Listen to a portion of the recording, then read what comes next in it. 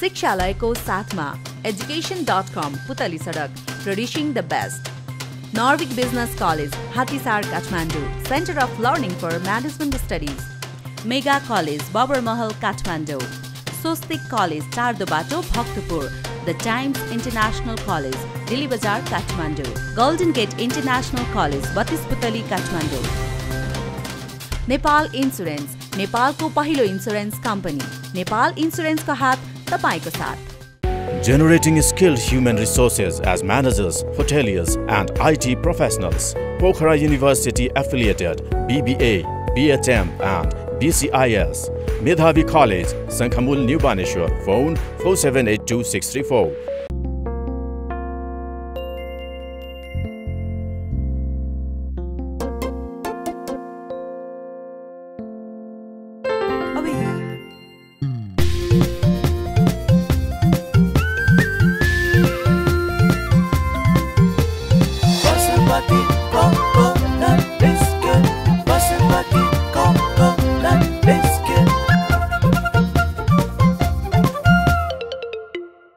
Life is all about making smart decisions. As smart as you are, as smart as you are, as smart as you are.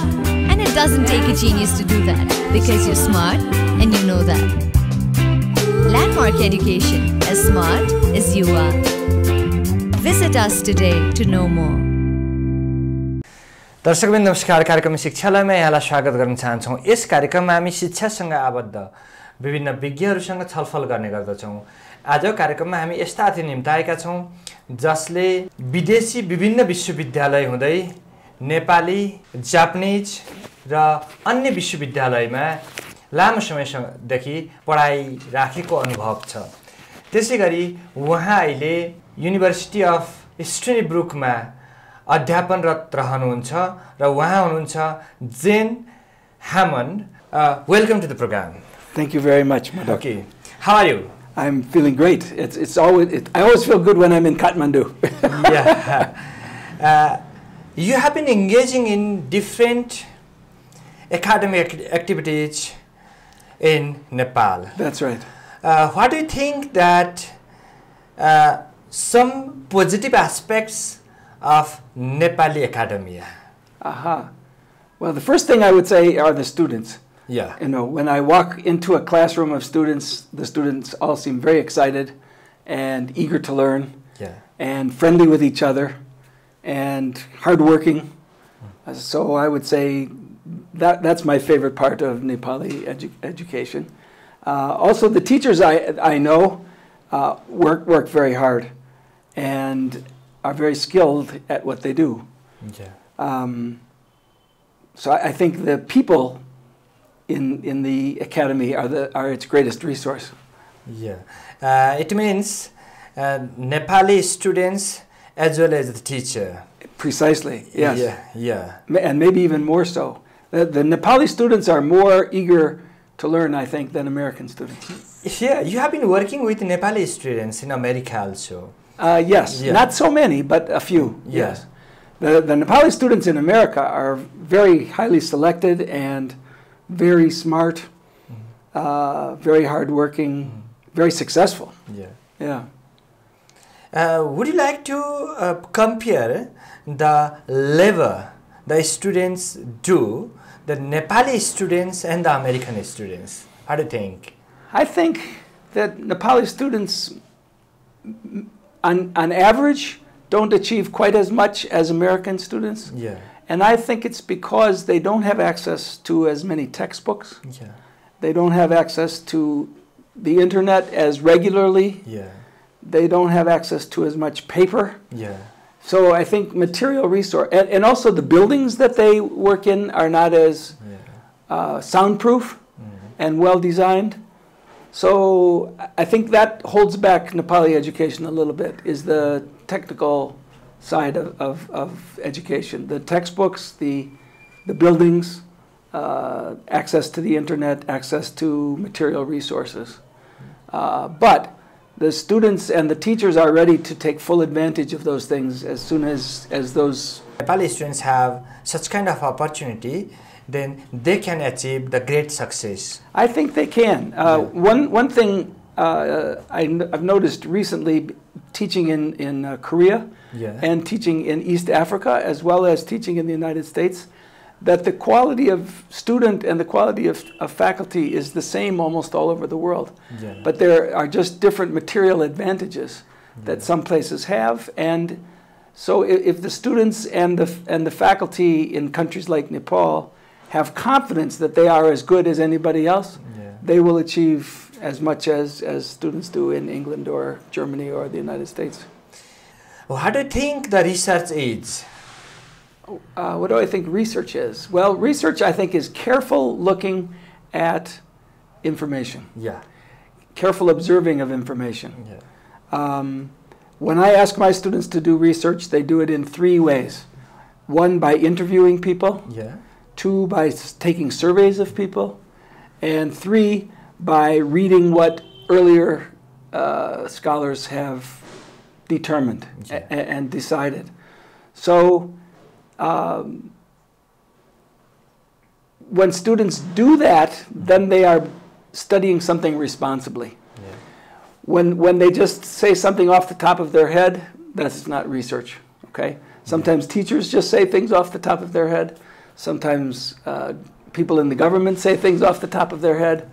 Okay, but I think we really want people to be well informed and thinking carefully when they present information to us. And to me, research is the standard for that. And we should all try to reach that standard. How can they benefited by the research? What do you think? Well, there are a lot of ways that they can benefit from the research. First of all, in science, when we do careful research and we find better ways to treat disease, okay, that's an advantage. Or we find better ways to build airplanes, that's an advantage. Okay, so our whole society is propelled forward by scientific research. Then I think social science research is very important for us to understand how we interact with each other. If we understand that, we won't leave the poorer people behind. Okay, and we'll bring along the poor people along with the people who have economic advantages. So I think we can learn a lot from social science research. And then from humanities research, we learn to deal with language, it seems to me, and history. And without a knowledge of language and without a knowledge of history, we don't know good ways to work with people in the future, it seems to me. So humanities research also seems to me very important for us to understand each other as human beings and understand people in other countries. We learn, today I was reading research in Sam Sharma's journal about India, about Nepal, about Nigeria. And so those are countries I don't know as much as I would like to know about. So the research is making me better informed. Then for the students, research is essential. I think so. I think they need to learn a few things basically to begin with, and then they should go about research themselves and see what it is their teachers are doing, see what it is government officials are doing, and then they learn to do it themselves, and they can grow into those positions easily. How the society is going on, what is the culture at the time? Exactly, we can also, exactly. The research is essential. And it keeps us from being selfish in our views. Okay, if you have to respect the research, you have to respect the facts. You can't just hope that the world is the way you want it to be. It would be more a simplistic idea if I ask that the comparison between Nepali and American education. But I'd like to ask over here, what are the things or the activities we can borrow from American education? I think the main one is a high standard. I don't mean that America has necessarily a higher standard, but it has more practice in meeting a high standard, I would say. So I think one great danger in education is to be satisfied with mediocrity. And sometimes teachers are satisfied with mediocrity. So it's important to be aware of the research, aware of what is going on in other countries, so that we will try to be as good as other countries. That applies to Americans to learn from Nepalese, just like from Nepalese to learn from Americans. Yeah. But you don't want to be so absorbed in your local situation that you don't realize that there are higher standards elsewhere. Yeah. Then, is there any aspects to learn something from that Nepali side, Nepali education?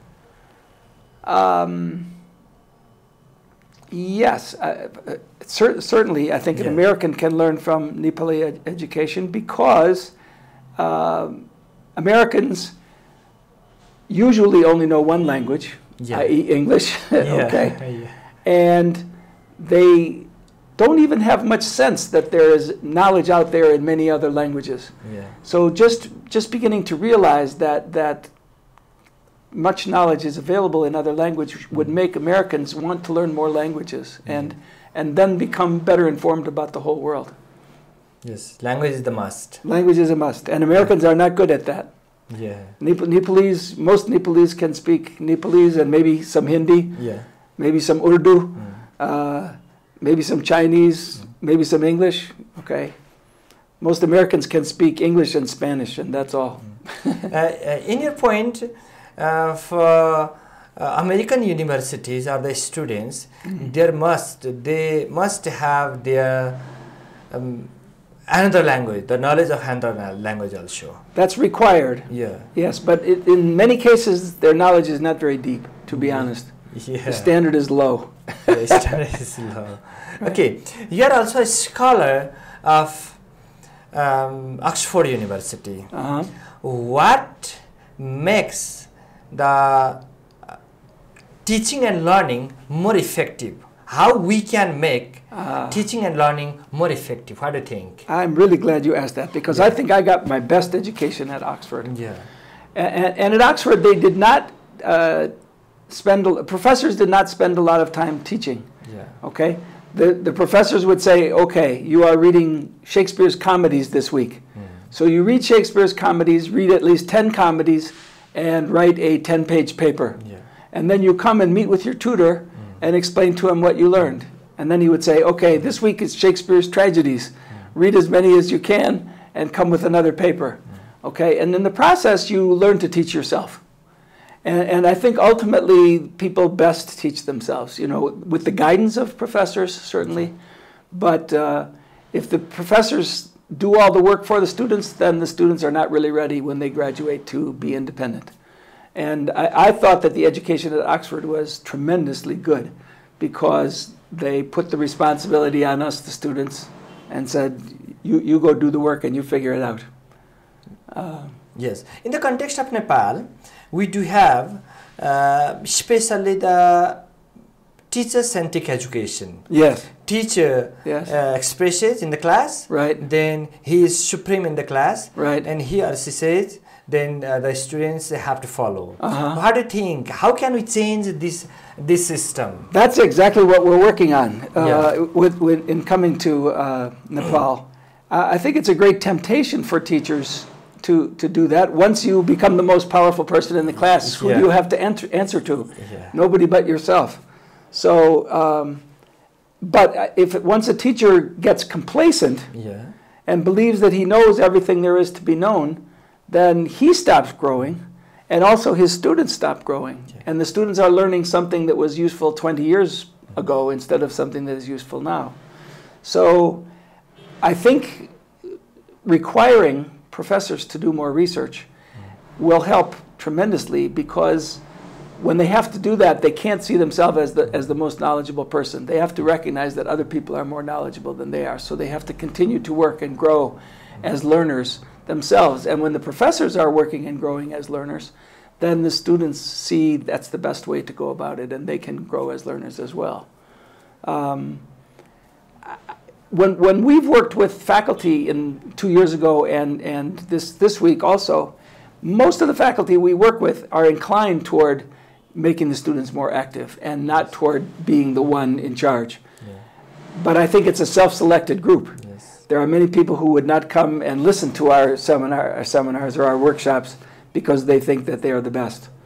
And honestly, you could learn a very limited amount from someone who is the best, even if he or she is the best. It's just one perspective on the world that you're getting from that person. So I think that's a dangerous system where single professors have control over everybody down below them. Yeah, how can we change this process? We have been we have a kind of practice with this system. Right. What might be your recommendation? Well, there are two things. One is that administrators can tell faculty they have to behave differently, but I don't think that works very well because faculty gets stubborn and says, you know, I don't want to change. It's not that problem of faculty. They were taught in this way, so that that's right. That's right. That's right. And it makes some sense to do what they're doing, but I think they could do much more. Here's what I think will make the difference. If you give your students a chance to show you more in the classroom, teaching becomes much more satisfying. And if we can just get professors, that's what we're trying to do, get professors to try some techniques that shift the responsibility from them to the students, then the professors will start to enjoy their teaching more. And they will learn from their students, and they will respect their students more. And once they get that feeling, they can't go backwards to just lecturing, it seems to me. So the important thing is to give as many professors as possible the experience of seeing what it's like when their students are bringing new things to the classroom and new ideas to the classroom. Then professors will find so much satisfaction in teaching that they will adopt that system. How is your experience in Nepal? How do I experience Nepal? Yeah, your experience in Nepal regarding these educational activities. You taught. Well, my own experience has been, as I said, very positive in the sense that the people who come and take our workshops are people who want to change. Yeah. So I feel like I don't have to fight against people who don't want to change. Yeah. But if the people that we have trained work with people we have not trained, they will face resistance, I'm sure. And they will have a harder time working with those people and getting them to change. On the other hand, what they're doing is not terrible. I think it's still very useful for students. And so if the educational system changes gradually over 10, 15 years, I think that will be fine. It's not as if what we're doing now is a disaster. Yes. It's just it just could be better. Yeah. You have been engaging with the different universities of Nepal. Yes. Yeah. For Midwestern University in Sorkat and Tribhuvan University. Tribhuvan and Kathmandu Model College. Yes. Then, how is the performance the faculty member perform? How is your evaluation?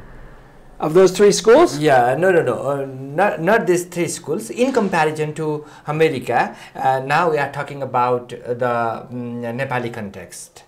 In Nepali context, you have been engaging with two universities. One is Tribhuvan University and another is Midwestern University. Right. What do you think? What are the best aspects and what are some weaknesses of these universities?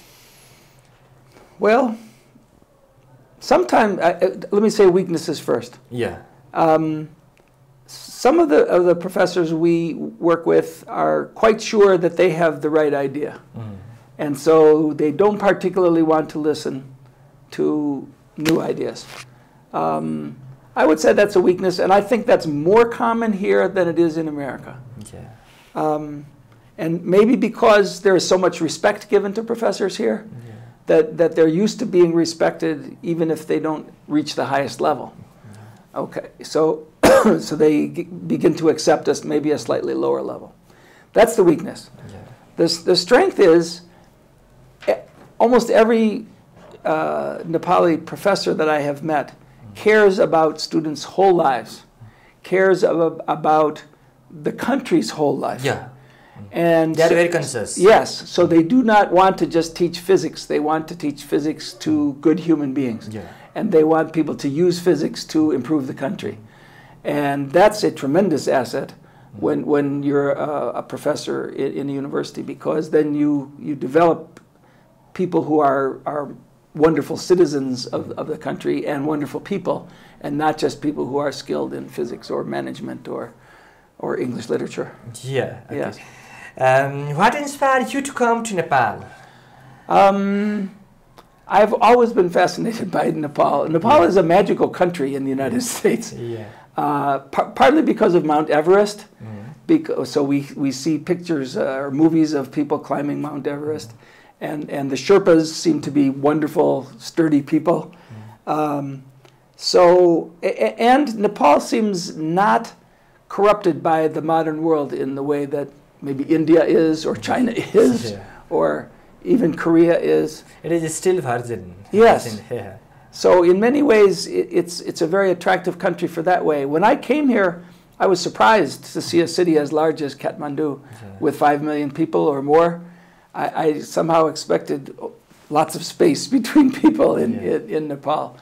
And then, so I've come to realize that Nepali people are much more like Americans than I would have guessed. But their kindness, their generosity, their smiles are wonderful. And even when I was waiting for you to pick me up today, I was smiling at many of the people who were coming down the street. And it was just a pleasure to see the happiness in people's smiles. So I like being here. It makes me feel like a good human being when I'm in Nepal.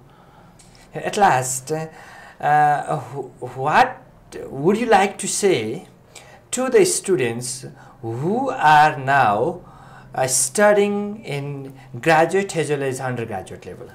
I would say have confidence in yourself. You are wonderful people. You are wonderful students. You can compete with American or European students in anything. You might have to work a little bit harder. You might have to try a little harder to get textbooks or something else of that sort. But don't be afraid. You are as capable as the people that you admire. In the same way that I have an unrealistic view of Nepalese people, or I had before I came here, you have an unrealistic view of Americans and Europeans before you go there.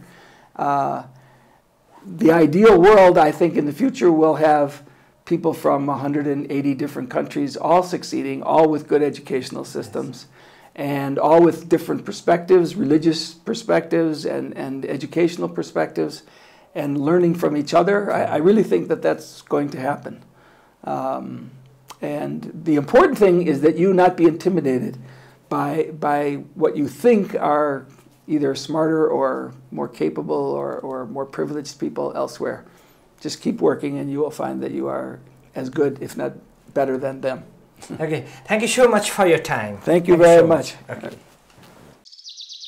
Sagu? आइपुग्नु भयो अनि यो झोलामा के हो नि झोलामा आज मैले तिम्रो लागि एउटा विशेष कुरा ल्याइदिएको छु डाइट प्लस यो एउटा स्वादिलो पूर्ण आहार यो पहिल्यै पाकिसकेको हुनाले मात्र तातो पानी हाले पुग्छ यसमा विभिन्न प्रकारका अन्नहरू फलफुल र तरकारीहरू अनि दूध र शरीरलाई चाहिने भिटामिनहरू र खनिज तत्त्वहरू छन् तयार गर्न पनि सजिलो पचाउन पनि सजिलो ल यो तिम्रो लागि अनि ओमेगा 3 को कुरा नि ओमेगा 3 प्याकेटमै लेखेको छ नि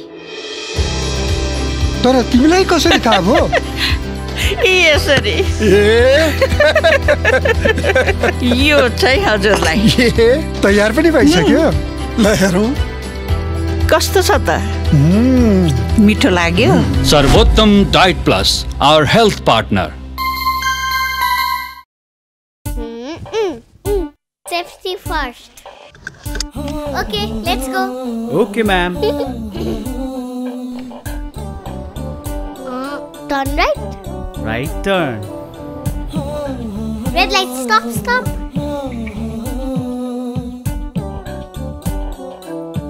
Green for go. Turn left, hand stop. Mirrors को light पुग्यो. Sorry, Papa. के गर्ने म सानो छु अगाडि बस्न मिल्दैन सधैँ हजुरलाई ड्राइभर बनाउनु पर्छ याद छ सेफ्टी फर्स्ट